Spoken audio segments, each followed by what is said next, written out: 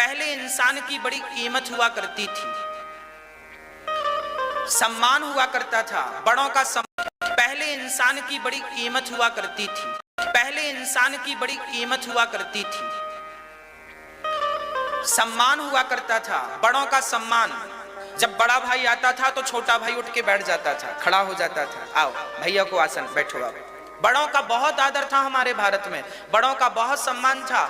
हमने तो ऐसे ऐसे लोगों को देखा और सुना है कि आपका बेटा जो है ना, जिसे आप अपनी गोद में लिए घूमते हो, बाप के सामने बेटा अपने बेटे को, छोटे से बच्चे को गोद नहीं लेता था। उसे लगता था पिताजी के सामने हम अपना बच्चा लें, नहीं लेता था। और आज तो पिता के सामने पत्नी के संग सेल्फी ले लेता है।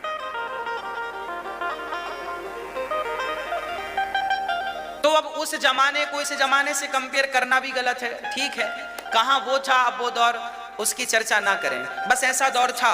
हमारे कहने का अर्थ केवल इतना है कि भक्तों देखिए, भगवान पहले कम मंदिर थे, आज ज्यादा मंदिर हैं। पहले के लोग श्रद्धावान थे, पहले के लोग अगरबत्ती नहीं जलाते थे, पहले के लोग कर्म को ही पूजा मानकर सही कर्म करते थे। किसान किसानी करता था, वैद्य वैद्यगिरी का काम करता था, बच्चा लाख काम क्यों ना हो पर वो माँ की सेवा पहले करता था। माँ आपने भोजन कर लिया, पूछता था, माँ सोने के पहले पांव दबा दूं, दबाता था। आज बड़े हो गए, आलीशान बंगलों में लोग रहने लगे, माँ बाप के प्रति श्रद्धाएं कम हो गई। अब पूजा पाठ भी, भगवान भी फॉर्मेलिटी बन गए, सब कुछ बदल गया। आज सब कुछ है पर फॉर्मेलिटी के तौर पर है। पहले इंसान में ही भगवान देखा जाता था, अब इंसान में इंसान को भी नहीं देखा जाता। अब तो इंसान को दुत्कार दिया जाता। चल, एक माँ मेरे पास आकर बोली, महाराज जी हमारे बेटे ने कहा निकलो घर से, कब निकल रही हो? तो आज के बेटे ऐसे हो गए, माँ बाप को कहते हैं निकलो घर से। इसी समय को देख करके किसी ने ये गीत लिखा था कि देख तेरे संसार की हालत क्या हो गई भगवान, कितना बदल गया इंसान। हाँ, सूरज ना बदला, चांद ना बदला, ना बदला इंसान, कितना बदल गया इंसान, कितना बदल गया इंसान। ये भजन, ये जो गाना है, जिसने भी लिखा होगा जानकारी नहीं है, परंतु ये दौर को देखकर लिखा गया। आप खूब कमाएं, खूब तरक्की करें, पर मेरी प्रार्थना छोटी सी है कि केवल केवल केवल इंसानों का सम्मान करना सीख लीजिए। हम नहीं चाहते कि आप अपने घर में पोंछा लगाने वाली बाई का भी अपमान करें। हम ये चाहते हैं कि आप व्यवहार कुशल व्यक्ति हों। देखिए, मैं वेद पुराण को जानने वाला बन जाऊं, आप बहुत ज्ञानी बन जाएं, वेद पुराण को जानने वाले बन जाएं, आप बहुत वेद पुराण को जानने लगें, ज्ञानी हो जाएं, विद्वान हो जाएं, पर आप व्यवहार कुशल ना हो पाए तो क्या वेद पुराण पढ़ना सार्थक हुआ? एक देखिए, हम गृहस्थी लोग हैं, हम गृहस्थों को ना व्यवहार कुशल होना चाहिए। व्यवहार कुशलता कैसी है? आपकी वाणी नम्र हो। हमेशा आपकी वाणी जब खुले तो खोलने के पहले ये जरूर विचार कर लो कि हमारी वाणी से किसी का भी दिल नहीं दुखना चाहिए। यही पूजा है। पहले के लोग कड़वा नहीं बोला करते थे। पहले के आपने देखा होगा, हमने भी देखा है, पहले देवरानी जिठानी, बूढ़ापा बाल पक गए देवरानी के और जिठानी के तो भी न्यारपन नहीं होता था, अलग अलग नहीं होते थे, उनकी पटती थी, साथ में वो रहते थे। आज तो शादी के साल भर भी बड़ा मुश्किल। अभी मैंने सुना कि शादी लगी थी एक लड़की की और अभी शादी हुई नहीं, और जिठानी से झगड़ा कर लिया शादी के पहले। सुना मैंने, शादी हुई नहीं और झगड़े चालू जिठानी से। क्यों? आप व्यवहार कुशल नहीं हैं। इस झगड़े की जड़ है आपके व्यवहार की कुशलता ना होना। आप व्यवहार कुशल होंगे तो आपके रिश्ते बहुत आगे तक जाएंगे। और आप बहुत खुश रहेंगे अपनी लाइफ में, आपको जीने का मजा आएगा। जिंदगी क्यों दी परमात्मा ने, ये समझो तो सही। इस मानव तन को रो रो के गुजार दिया, बस जेठानी से परेशान, सास से परेशान, पति से परेशान, पड़ोसी से परेशान, पैसे से बस परेशानी परेशानी, मर गया गधों की तरह जी के। इसलिए जिंदगी थी क्या? आज का आदमी जिंदगी को भार की तरह ढोता है, जिंदगी में कोई एंजॉय नहीं है, कोई आनंद नहीं है, कोई सुख नहीं है, बस गधों की तरह लोग जी रहे हैं जिंदगी। बोझ बन गई है जिंदगी लोगों की। क्यों? क्योंकि रियल जिंदगी क्या है वो पहचानते नहीं, जानते नहीं, जानना चाहते नहीं, बस ढो रहे हैं। शादी कर ली अब रो रहे हैं, बच्चा कर लिया अब रो रहे हैं, कमाई नहीं है, पैसा नहीं है। ये सब पहले विचार करना था, पैसा नहीं है, कमाई नहीं, शादी मत करते। अब कर लिया है तो रोने से क्या होगा? खड़े हो जाओ और कमाओ, मेहनत करो, कर्म करो, रोने से कोई काम नहीं होने वाला। दृढ़ संकल्प बनाकर चलना सीखिए, हारिए मत। गिर गए हैं तो फिर खड़े हो जाइए, टूट गए हैं फिर जुड़िए, फिर घाव भरिए, फिर सफर में निकल पड़िए, फिर नए जोश के साथ। नया सूरज रोज सवेरे उदय होता है, तुम्हें यही संकेत देता है नई ताजगी रोज मिलती। नई ताजगी के साथ जिंदगी जियो, कोई बात नहीं, लाख बार गिरे हो तो 1,00,001 बार खड़े होके फिर चलो, तब तक चलो जब तक मंजिल ना मिल जाए। बस यही जीवन है, और आनंद के साथ। एक मैया भीख मांग रही थी बाहर, एक सेठ ने अपने मुनीम से कहा कि जरा देखना हमारी पूरी संपत्ति कितनी है। सेठ का मुनीम बोला 1 हफ्ता लगेगा। 1 हफ्ते में पूरा निर्णय लिया और देख सुन करके बताया, सेठ जी आपके पास इतनी संपत्ति है कि आपकी 8 पीढ़ी बैठी बैठी खाए तो पूरा खत्म नहीं हो। सेठ रोने लगा। क्यों रो रहा है? बोले 9वीं पीढ़ी का क्या होगा। वही सेठ जब घर के बाहर निकला तो एक बूढ़ी सी अम्मा आटा मांग रही थी। एक घर में गई तो उसे ढेर सारा आटा मिल गया, 4-6 कटोरी आटा मिल गया। तो वो बड़ी खुश हो गई। वो इतनी खुश थी कि ये जो सेठ था जिसके पास 8 पीढ़ी खाए इतना धन था, ये सेठ भी इतना खुश नहीं था। तो इस सेठ ने कहा अम्मा से, माँ तुम इतनी प्रसन्न क्यों हो?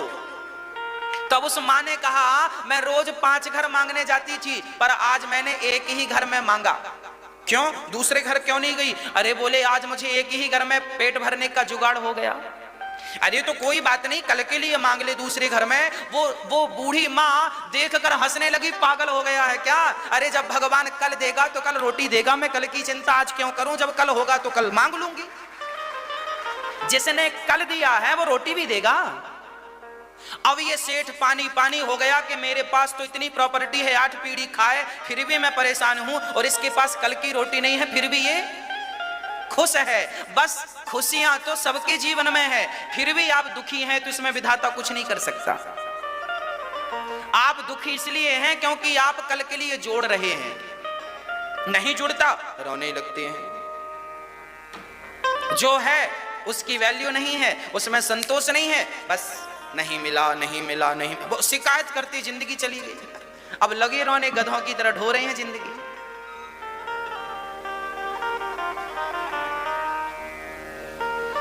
इसलिए कहता हूं कि भगवान का धन्यवाद देना सीखिए। ईश्वर का जो दिया है विधाता उसका धन्यवाद, और बस बहुत आनंद से जिंदगी, आनंद से जियो, हंसा करो, मुस्कुराया करो। कोई गाली दे तो भी हंसो। आप एक दिन मैं बंदरों को केला खिला रहा था, तभी मेरे मन में एक विचार आया कि 2 बंदर आपस में झगड़ा कर रहे थे। बंदरों को देखा होगा आपने, लड़ते, बात बात में लड़ने लगते हैं। उनको केला मिल जाए तो एक छीनता है, दूसरा भागता है, फिर उसको काटने लगता है। क्योंकि वो बंदर हैं, क्योंकि उनके पास आपकी तरह बुद्धि और विवेक, उनका लड़ना स्वाभाविक ठीक है। हम दूर खड़े देख रहे थे कि बंदर आपस में लड़ रहे हैं। जब हम ये देख रहे थे तभी हमारे मन में विचार आया कि जैसे हम इन्हें देख रहे हैं आपस में झगड़ा करते, ऐसे भगवान भी खड़ा होकर देखता होगा तुम्हें और हमें आपस में झगड़े करते। वो भी देखता होगा हम क्या कर रहे हैं। आप अपना बैकग्राउंड चेक तो करो, क्या कर रहे हो, आप क्या करने आए हो। एक बार दर्पण देखो सही, ऐसा दर्पण देखना जहां आपका बीता हुआ कल भी दिखाई पड़े। सूरत तो दिखाई पड़ती है दर्पण में कि आप गोरे हैं कि काले हैं, जरा आपका बीता हुआ कल भी दिखाई पड़े कि आपने कल किससे कैसा व्यवहार किया था। आपने कल उसको कौन से शब्द बोले थे? आप तो बोलकर सो गए, जिसको बोला है वो सोया होगा कि नहीं, इसका भी तो विचार कर लो। इसलिए अपनी वाणी से गलत ना बोलना, नहीं तो भगवान अगले बार जवान को बीच से कैंची से थोड़ी सी काट देगा 1 इंच, फिर अगले जन्म में मेंढक बन के टर टर करते रहना।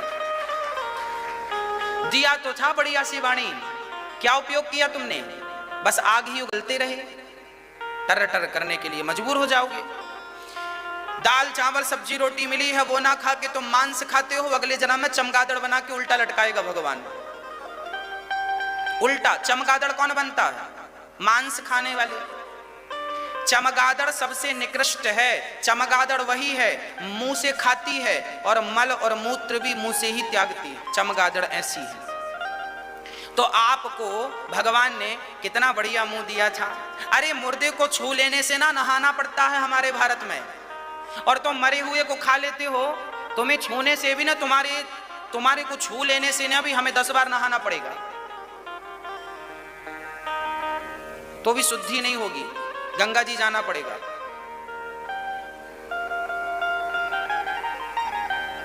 मुर्दे को छूने से स्नान करना पड़ता है, तो मुर्दा ही लोग खा रहे हैं।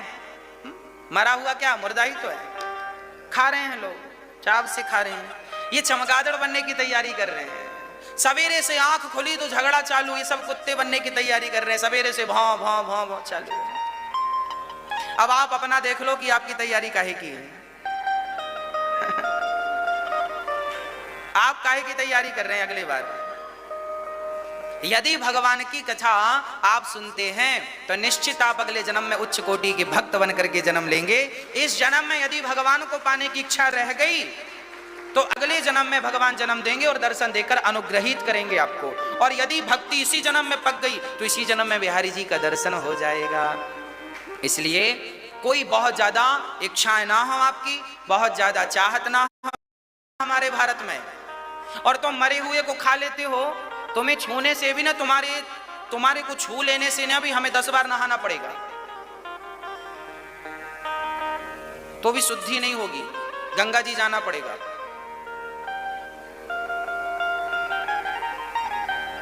मुर्दे को छूने से स्नान करना पड़ता है, तो मुर्दा ही लोग खा रहे हैं।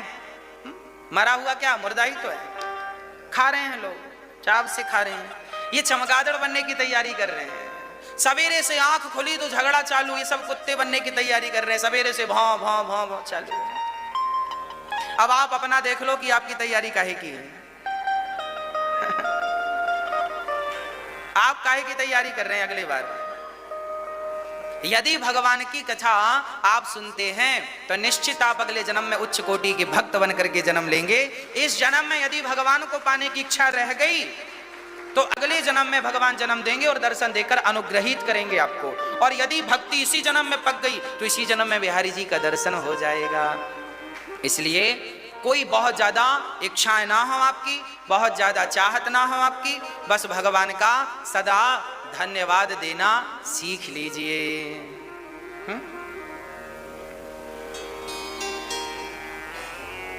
हाँ, सदा भगवान का धन्यवाद।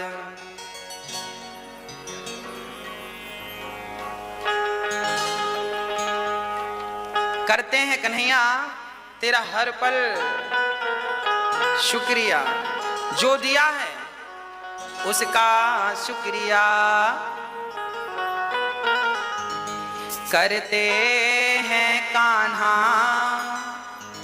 तेरा हर पल शुक्रिया, खुशियाँ जो दी हैं उसका भी शुक्रिया। शिकायत नहीं, क्या धन्यवाद। एक आदमी रो रहा था, गुरुजी हम बड़े गरीब हैं। हमने कहा अच्छा गरीब हो? बोला हाँ। हमने कहा अपनी दोनों आंखें बेच दो, 50 लाख की एक बिकेगी तो दोनों 1 करोड़ की, 1 करोड़ करोड़पति बन जाओगे, बेच दो। बोला आंख बेच दूंगा तो देखूंगा कैसे? मैंने कहा कोई बात नहीं, किडनियां बेच डालो, वो भी 1.5-2 करोड़ की बिक जाएंगी, कोई पैसा वाला खरीद लेगा, कोई बहुत बड़ी बात नहीं है आज के दौर में। अरे महाराज जी किडनियां बेच देंगे, मर नहीं जाएंगे। मैंने कहा कोई बात नहीं, दोनों पांव बेच दो। अरे महाराज जी चलेंगे कैसे? मैंने कहा हाथ बेच दे। महाराज जी काम कैसे करेंगे? मैंने कहा पूरा शरीर तेरा 5 करोड़ में बिक जाएगा, सारे पार्ट्स खोल खोल के बेच दिए जाएंगे। अरे महाराज जी शरीर बेच के करोड़ों का क्या करेंगे? हमने कहा जब तू ऑलरेडी करोड़पति है तो क्यों कहता है मैं दुखी हूं, मैं गरीब हूं? करोड़पति है, आपकी एक आंख कम से कम 50 लाख की है मेरी मां। आप कहते हैं गरीब हूं, विधाता ने किसी को गरीब नहीं बनाया, आपकी अनंत इच्छाओं ने आपको गरीब कर दिया है। करते हैं कान्हा, हे कन्हैया ये जो तुमने आंखें दी हैं, अच्छा आपकी आंखों की मार्केट में क्या कीमत है? सच कहता हूं लाखों रुपए तो आंखों के इलाज में लग जाते हैं। जिसके इलाज में लाखों लग जाएं उसकी कीमत क्या होगी? सच कहता हूं आपकी आंखें अनमोल हैं, 50 लाख तो कोई वैल्यू ही नहीं है आंखों के लिए। आपकी वाणी अनमोल है, आपका शरीर अनमोल है, अनमोल तेरा जीवन यूं ही गवा रहा है। किसी और तेरी मंजिल किसी और जा रहा है। जो विधाता ने दिया है बहुत है। कई बार आप जिंदगी यादों में गुजार देते हैं। एक माँ का बेटा 10 साल की उम्र में भगवान को प्यारा हो गया। वो माँ अपने बच्चे के कपड़े देखकर उसे याद करती, जिस पलने पर झूलता याद करती। यदि एक माँ बच्चे की यादों के साथ जीवन व्यतीत कर सकती है, एक पत्नी पति के यादों के साथ जीवन व्यतीत कर सकती है, तो जीवन में जो खुशियां ईश्वर ने दी हैं उसके बाद दुख दे भी दिया तो कोई बात नहीं, उन खुशियों को याद करके जीवन व्यतीत कर लीजिए ना। कि कभी खुशियां दी परमात्मा ने उसको याद करिए, दुख क्यों याद करते?